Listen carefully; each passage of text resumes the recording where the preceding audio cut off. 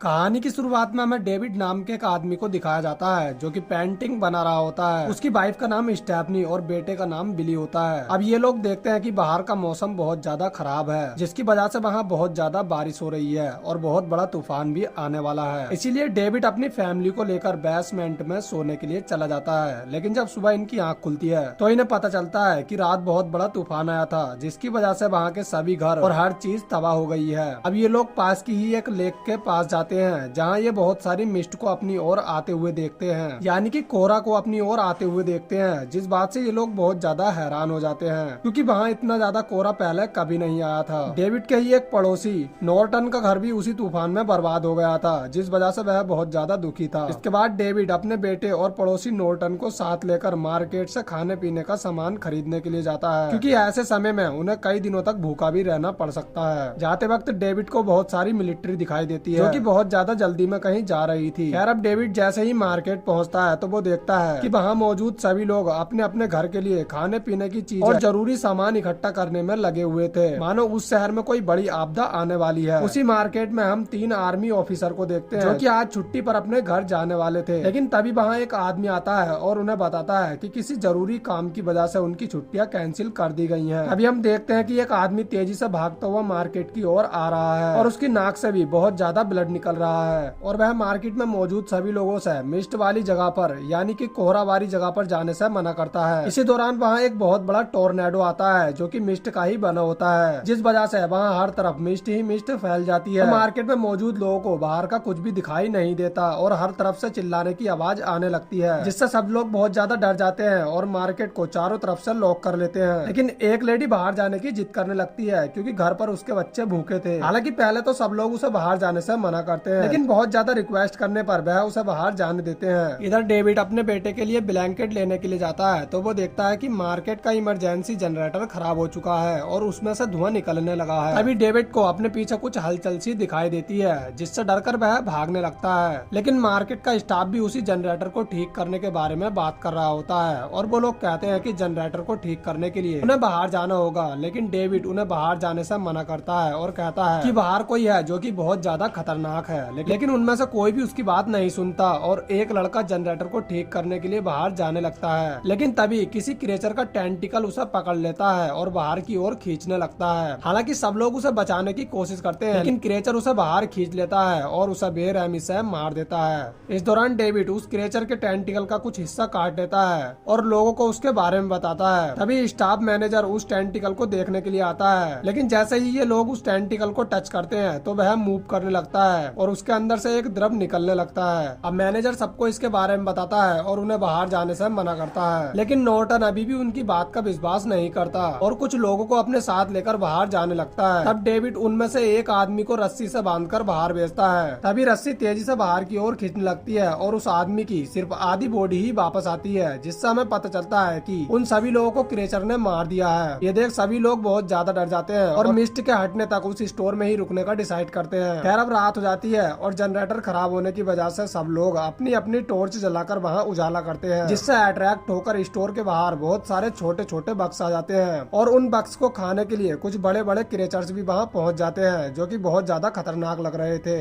तभी वह क्रिएचर शीशा तोड़कर स्टोर के अंदर आने लगते हैं और लोगों पर अटैक करने लगते हैं। तभी हम एक लेडी को देखते हैं जिसे एक क्रिएचर बुरी तरह से जख्मी कर देता है, जिससे उसकी वहीं पर मौत हो जाती है। इसी दौरान एक लड़का उन क्रिएचर को मारने के लिए आग का यूज करता है, जिसमें वह खुद ही जल जाता है। अब उन्हीं में से एक क्रिएचर एक दूसरी लेडी के पास पहुंच जाता है और उसकी बॉडी पर बैठ जाता है, लेकिन वह उसे कोई भी हानि नहीं पहुंचाता और वहां से चला जाता है। दरअसल उस लेडी का नाम कारमोडी था और उसका मानना है कि उसका गॉड से कुछ न कुछ संबंध है, और अब सब लोगों को भी यही लगने लगा था। अब कुछ लोग क्रिएचर के काटने से बहुत ज्यादा तड़प रहे थे और उन्हें मेडिकल हेल्प की जरूरत थी। इसीलिए डेविड कुछ लोगों को अपने साथ लेकर मेडिकल स्टोर से कुछ मेडिसिन लेने के लिए जाता है, जिससे वह उन लोगों का इलाज कर सके। तभी ये वहाँ एक सिक्योरिटी गार्ड को स्पाइडर के जाल में फंसा हुआ देखते हैं, जो इनसे कहता है कि तुम लोग यहाँ से चले जाओ वरना सभी लोग मारे जाएंगे। इसके बाद उस आदमी की मौत हो जाती है और उसकी बॉडी से बहुत सारे छोटे छोटे स्पाइडर निकलने लगते हैं। उनमें से कुछ स्पाइडर उन लोगों पर अटैक करने लगते हैं। इसी दौरान एक स्पाइडर का जाल डेविड के एक साथी की टांग के ऊपर गिर जाता है और वह जाल इतना ज्यादा खतरनाक था कि उस आदमी की वहीं पर मौत हो जाती है। यहाँ डेविड का एक और साथी मारा जाता है और बाकी लोग किसी तरह वापस स्टोर रूम में आ जाते हैं।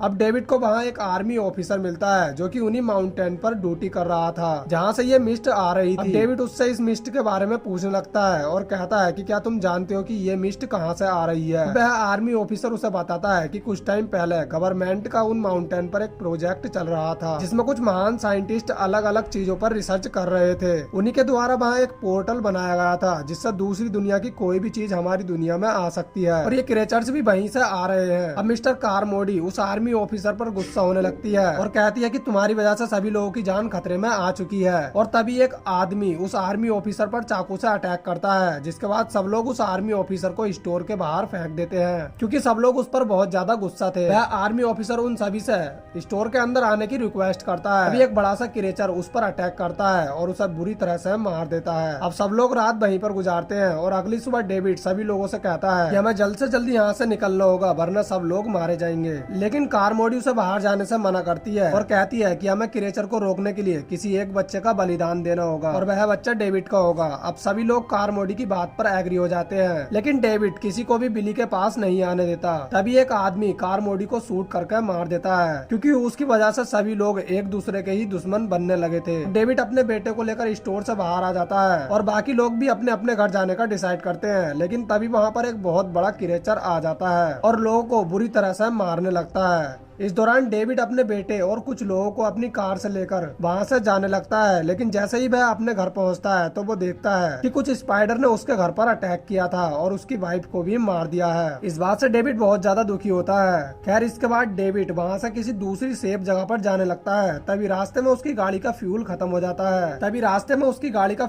हो जाता है और एक बहुत बड़ा क्रिएचर उनके सामने आता है जो कि बहुत ही ज्यादा अजीब था और उसके बहुत सारे लेग्स थे। अब डेविड समझ जाता है कि क्रिएचर इन सबको मार देगा और इनमें से कोई भी जिंदा नहीं बचेगा। अब ये लोग डिसाइड करते हैं कि इनमें से कोई भी उस क्रिएचर का खाना नहीं बनेगा और ये लोग खुद ही अपनी जान दे देंगे। इसके बाद डेविड एक गन निकालता है जिसमें सिर्फ 4 ही बुलेट होती हैं और सब लोग उसे खुद को मारने के लिए कहते हैं। जिसके बाद डेविड एक एक करके उन सब लोगों को शूट करके मार देता है, यहाँ तक कि वह अपने बेटे की भी जान ले लेता है। लेकिन अब गन की सभी बुलेट खत्म हो चुकी थी इसलिए डेविड खुद को नहीं मार पाता। इसके बाद वह जोर जोर से चिल्लाने लगता है ताकि क्रिएचर वहाँ आ जाए और उसे मार दे क्योंकि अपनी फैमिली के मरने के बाद वो भी जिंदा नहीं रहना चाहता। लेकिन तभी वहाँ पर मिलिट्री पहुँच जाती है जो कि लोगों को रेस्क्यू करके उनकी जान बचा रही थी। वह लोग डेविड को ही बचा लेते हैं क्योंकि उन्हें अब वो तरीका मिल चुका था जिससे वह क्रिएचर पर काबू पा सकते हैं। इसी दौरान डेविड वहाँ उसी लेडी को देखता है जो कि अपने बच्चों के पास जाने के लिए स्टोर से बाहर चली गई थी। आर्मी ने उसे और उसके बच्चों को भी बचा लिया है और ये देख डेविड बहुत ज्यादा दुखी होता है क्योंकि अगर वह थोड़ी देर और वेट कर लेता तो उसका बेटा और जिसे उसने मारा था वो बाकी लोग भी जिंदा होते क्योंकि आर्मी उन्हें रेस्क्यू करके उनकी जान बचा लेती। अब इस बात से दुखी होकर डेविड फूट फूट कर रोने लगता है क्योंकि वह अपनी फैमिली को बहुत ज्यादा मिस कर रहा था। और इसी के साथ ये मूवी यहीं पर एंड हो जाती है। So thanks for watching guys.